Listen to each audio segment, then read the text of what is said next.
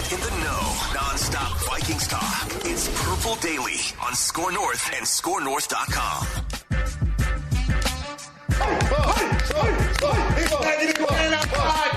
We got a team in here. This is the Viking chant. Now everybody come up here. We go. Let's go. Let's go. Let's go.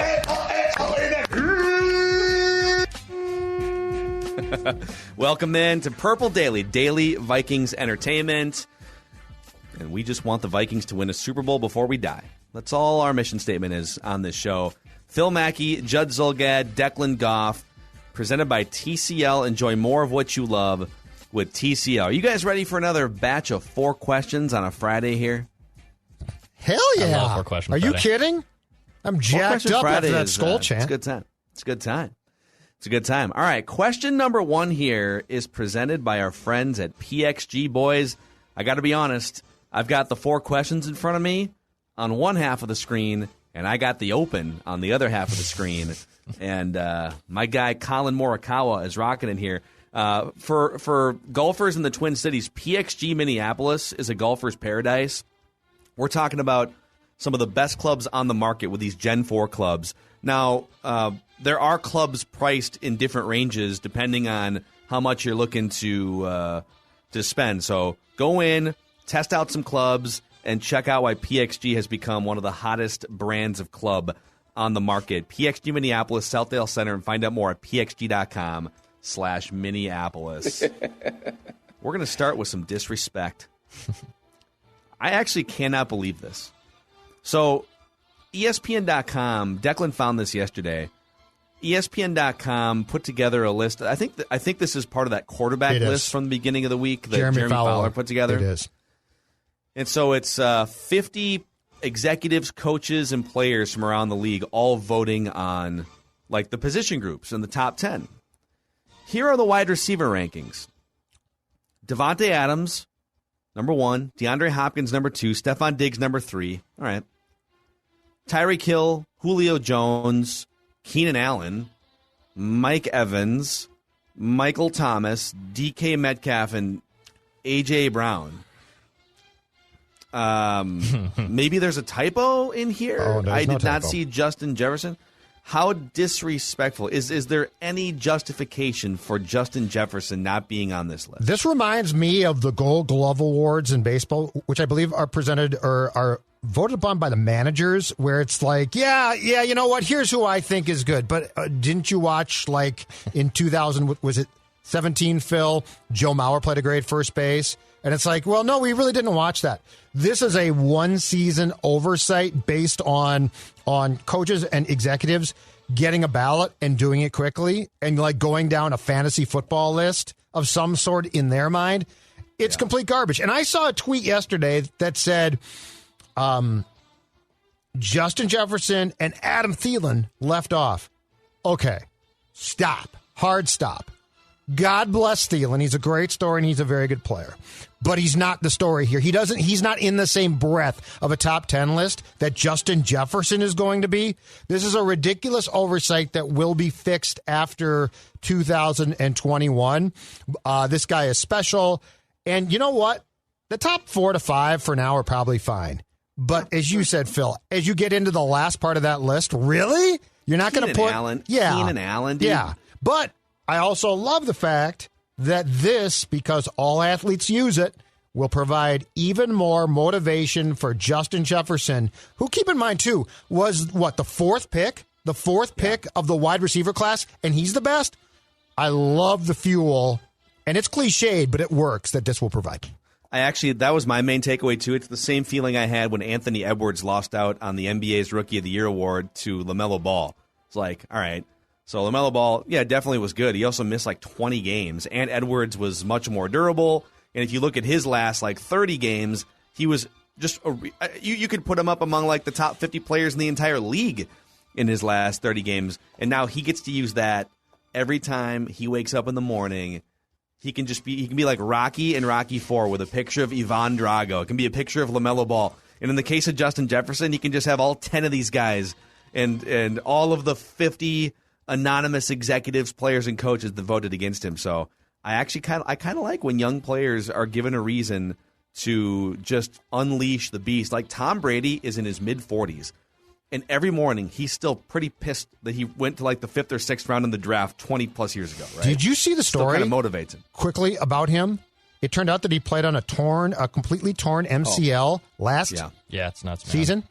Yeah, At that ridiculous. age, and by the way, that explains why his passes didn't look great, because you can't really plant firmly, for sure. A torn MCL for an entire season? Holy shnikes. What's funny is he's been so immobile for like his entire career too that nobody even really noticed that he had a torn MCL because he's always just standing in the pocket. But it shows what we've talked about all the time, which is it's not mobility, it's the feeling. Because he still moved. Because it's just about moving. It's about sliding. He could slide. But anyway, that's an incredible story. Yeah. So, Dex, is there any justification here? Like, are we being too homerish here? No, I the top 4 on this list absolutely are solidified as the top 4 wide receivers. I have no issue. I had someone, are you just upset because Devontae Adams is number 1 and a former Viking and Stephon Diggs is number 3? And I said, no, I actually think those top 3 and even Tyreek Hill at 4, that sounds like the top 4 wide receivers on the list to me. A.J. Brown, DK Metcalf, Julio Jones are maybe 3 years ago. What the hell are we doing here? No, Justin Jefferson deserves to be on this list. 100%. Yeah, like I want to go back to these 50 people and say, okay, let's just forget about all the others. Julio Jones at age 32 for this upcoming year, or Justin Jefferson. And I'm not saying it's a 50-0 vote, but like, why would you not rather have the 22-year-old? Yeah, who's because they vote healthy, they vote quickly and get the ballot back to get it done. Yep, you're probably right. Yeah, they're probably just like whatever, just. Who cares? Stop bothering me. Goodbye. No offense, Jeremy Come Fowler. on, Jeremy Fowler. Get on my face. Yeah. All right. Question number 2 here. More disrespect. The Athletic has an article listing the worst offseason moves for all 32 teams. This is what the write-up is for the Vikings. I believe Arif Hassan wrote this on behalf of the local branch of the Athletic.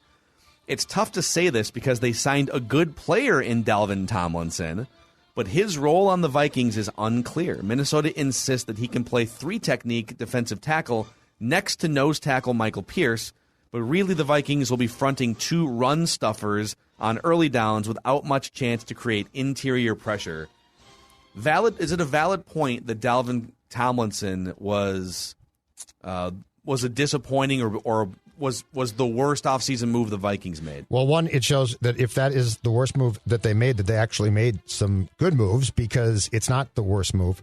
But second of all, it would be, Arif's point would be an awesome point if they didn't sign Sheldon Richardson, who's going to step into that third down and occasional pass rush role. I'm also not convinced that they're not going to slide, and I hope that they do Danielle Hunter around a bit. I'm not saying interior consistently, but I am saying I think they're going to create different looks for the line, hopefully. If they don't sign Richardson and Dalvin Tomlinson is now staying on the field more on third down or something, I think it gets hanky. But you can have a rotation here of sorts.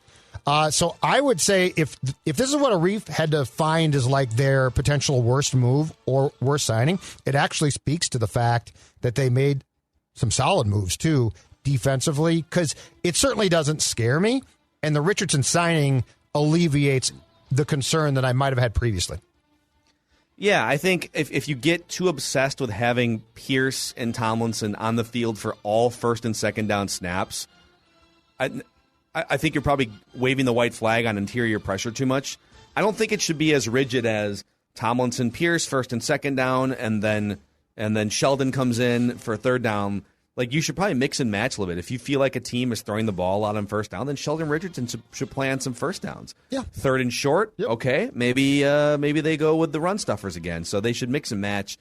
Yeah, I mean, I tend, on paper, it looks a little weird. It's like, oh, you basically have like 2 guys who are there to take up space and haven't shown a track record of getting to the quarterback, which is the most important thing. Mm-hmm. But then I say Mike Zimmer knows what he's doing defensively, knows who he wants and what works, and so I tend to just trust Mike Zimmer's eye on this. Yeah, and if Tomlinson starts to play and he's a complete load, that's different. But if he starts to play and he can get some pressure, that changes things too. So until I see these guys actually play side by side, it's hard to pass a definitive judgment. Yeah. Because that's fair. There are times that these big guys can be athletic freaks. Yeah. Question number 3 here, a quick reminder. This weekend, starting today, actually, Brainerd International Raceway is hosting the second annual Jed Copham Memorial Race. So if you're looking to get outside, enjoy some great fun racing, I don't know, maybe put an adult beverage or two into your gullet. That's my plan. Take the golf clubs too, huh? That's also up my to plan. Brainerd. Yeah. You could, yeah. Why not? Take the golf All club? these things sound great to me. Yeah, there's a bunch of great courses up there. Great ticket and camping packages are still available at BIRMN.com today, tomorrow, and Sunday. It's a full weekend of live racing with the Trans Am Series, and it's a blast up there. 50-plus years of the Trans Am Series. BIRMN.com. So we did an all-too deep dive on Mackie and Judd, the Friday episode. We did a sports movie rewind on Any Given Sunday. We've been doing movie rewinds on Fridays on Mackie and Judd for like 16 or 17 months, so go check them out. So Any Given Sunday, at the very end of the movie, Al Pacino's character announces he's taking the GM and head coaching job at the expansion franchise in New Mexico for the fictional AFFA Football League. So that's an interesting market for a professional football team. I want you guys to survey all of the United States, but how about all of the United States and maybe even anywhere else you'd want to survey? Yep. Where should we put an NFL football team in a city that doesn't currently have one?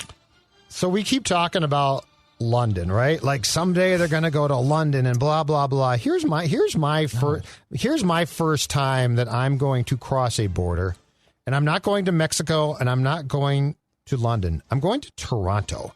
Toronto is a great city. It is cosmopolitan as heck. It's not some, Canada's so small. No, it's a perfect place. The CFL's basically dying, which is too bad, but not shocking. Yeah, they're starting training camps now, and they're coming back, but they can't play a full schedule, and they don't really make a lot off their TV deal. And they were going to try and combine with the XFL, but that all fell apart.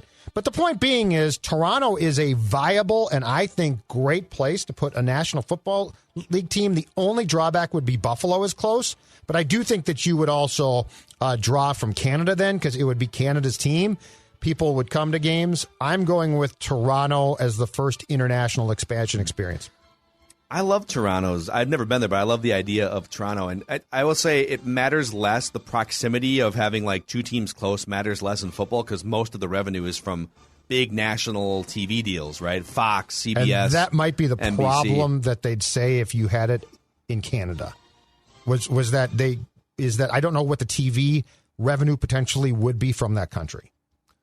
Well, wouldn't it just be split equally like you get in Buffalo? It would be, but they don't get ratings is my point. So like they wouldn't qualify as US ratings points. And so they would have to get a TV deal in Canada, which could be good, but CBS, NBC, ESPN/ABC, Fox would not benefit from it. Okay. But still, I think it'd be a great place to have a team. I was going to say Toronto as well. I don't know, like the London thing it just feels it's such a travel logistical nightmare. It just feels like everything gets screwed up when you have to go play. Like if they had to come play, let's say they're in the NFC East or something, right? Sure. Well, there's going to be years where they have to play road games on the West Coast. So they're just going to have to stay out there. Like it's such a disadvantage, and there's no way guys would want to play there. Are there any other cities we're missing here, Declan? I like San Antonio as an idea. I've been to San Antonio. It's a cool spot. Like when I think like major cities, I don't have one. So like San Antonio, Portland. St. Louis doesn't have one now. Yeah, St. Louis could but they're probably all for get two. one back. Yeah, they're also they all might for be two. done.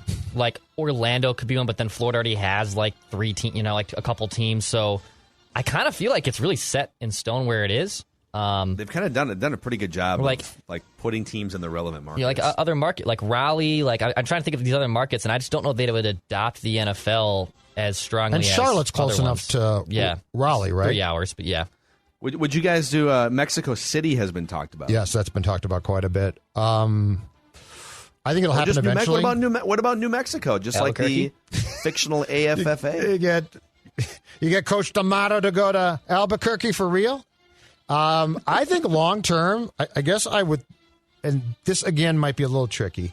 I think Toronto and Vancouver would be very intriguing. The Meadows at Mystic Lake invites you to play their award-winning public golf course. It offers a unique, challenging, and scenic experience that both beginner and expert golfers will enjoy. The Meadows at Mystic Lake features over 7,000 yards of pristine bent grass fairways, trees and greens surrounded by acres of wildflowers and prairie plants. This oasis, just minutes away from downtown Minneapolis, provides a magical escape to nature. It's never too early to book a tee time or shop the pro shop. Stop in or visit golfthemeadows.com. That's golfthemeadows.com. Owned and operated by the Shakopee Mwakata Sioux community. Also cosmopolitan. It's you could sort of feel the NFL vibe. And the Seahawks and the Vancouver franchise would be a great potential rivalry. It would, yes. All right, Rick Spielman cackling us to question number 4 here. It's another get to know Mackie, Judd, and Declan question here. What is your current favorite restaurant in the Twin Cities area? If someone said to you right now, all right, for the next year, if you're going to eat at a restaurant, it has to be only one restaurant. Mm-hmm. What restaurant are you picking? Okay, so previously, pre-pandemic, I probably would have picked an In Vogue place because we used to go out quite a bit, but a lot of them have closed down, and I'm not even quite sure what's left. So I'm going to go with a place that I will Judd be hasn't left his house. for brunch on Sunday. Breaking news: there are still restaurants open. No, I know, but what I'm saying is I have not actively explored Outside restaurants of work or a stadium, Judd hasn't left the house in a year, which I'm happy about. But I have gone to some, and I'm going to go with a Declan Goff favorite, a place I will be for brunch on Sunday, and the brunch menu is outstanding. I'll see you there. I'm going with Red Rabbit. I think all of us love some Red Rabbit. I love that place. Red Cow is good, owned by the same folks. Yep. They do a great job. But Red Rabbit, to me, as far as drinks go, as far as food goes, I mean, the charcuterie plate is die for, as they say. By the way, we are not getting paid for this. No, right now, but I'm telling you, they do great. They do great work. So that would be my go-to place now. Yeah, that's You can't choose Red Rabbit. He just drafted them, so you have to choose a different restaurant now. I do love me some rabbit. My second one, I'll probably say Smack Shack. I like Smack Shack a lot. Love Smack Shack. The patio's humongous. It's great. It's seafood, good drinks. Big fan of it. I would say probably Smack Shack if Judd's taking my number 1 pick off the board there. Sorry, Dex. Yeah, dude, Smack Shack. Yeah, Smack Shack's I think good. A little ceviche. You're looking to something fresh for a summer day. Pretty good. I'm gonna stay in the same area on the same street. I believe I'm going old school. Wow. JD Hoyt's. I love a good smoked pork chop. It's funny because it's not exactly a cheap place to get dinner. There are definitely places that are more expensive in Minneapolis, but they give you it's the most no-brainer option ever. They give you can either get one chop for like $22 and then sides, or you can add a second chop for $4 additional. Oh, no, I can't do that. Okay. Twist my arm, will ya? And I would say... Sorry, go ahead. The chops, the Cajun hash browns, and the asparagus, inject it all into my veins and my body. Dude. Nothing like a trip to Hoyt's with one Patrick Royce, too. Why don't we... are you guys ready to order? Yeah, let's do 6, better make it 8 Buddy Bowls. Let's do a couple orders of the Cajun hash and then someone like me chimes in with, can we get some asparagus? No, none of the vegetables. No.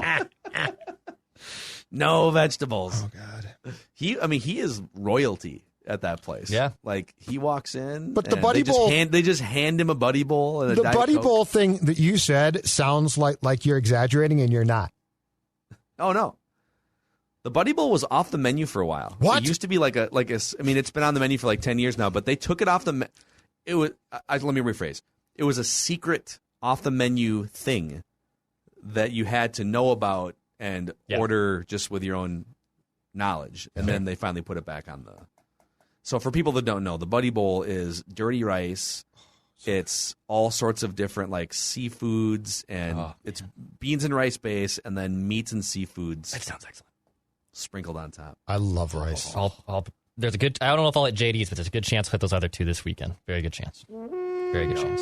Yeah, don't come to the Rabbit on Sunday. No, I don't want to see you there. I see you enough. Don't come to the Rabbit on Sunday. I'm totally good. There's no Rabbit zone for you. Is it just you and Dawn, or is it other? No, it's Dawn, me, and our friends. Okay, then if your friends Nancy involved, and Steve. No, I want. Yeah, don't. If it was you and Dawn, I would crash this. No, No. Hi, Zolgats. The rabbit is off limits to you on Sunday morning at approximately 10 a.m. Oh, I'm not up at 10. You're fine. Okay, good. Declan, you should go there and introduce yourself to Nancy and Steve. Like, Judd tells me so much about you guys. Yeah. So happy to join you. Or This they'd is call great. BS. They're smart enough to know. All right, that's a wrap on today's episode of Purple Daily. Please click the subscribe button on our YouTube channel if that's where you're hanging out with us today. And if you could, on Apple Podcasts, give us a 5-star rating and a positive review. It helps spread the word about this Vikings community that you guys are helping us build. We'll see you guys tomorrow. Okay, so I've been saying how crazy it is that it's already spring, but you know what that means? That means next up is summer. I know, so strange, but it's coming up quick. I personally love a wax any time of the year, but especially during those summer months, waxing really is just a must-have for me, and I know a lot of my girlfriends do it too. So when it comes to waxing, I'm a big fan of European Wax Center because when you go there, you get the best by the best. Their certified wax specialists are trained in prepping, protecting, and pampering your skin, all very important things. And did you guys know that as the experts in wax, European Wax Center is also the expert of skin? I really believe it's important to exfoliate, moisturize, take care of all of that beautiful skin all over your body. And I love that European Wax Center knows how important that is too.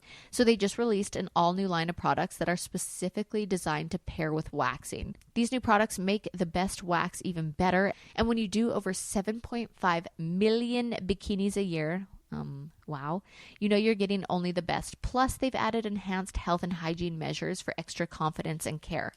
European Wax Center is so confident that you'll love the service and products that they're offering all first-time guests their first wax free.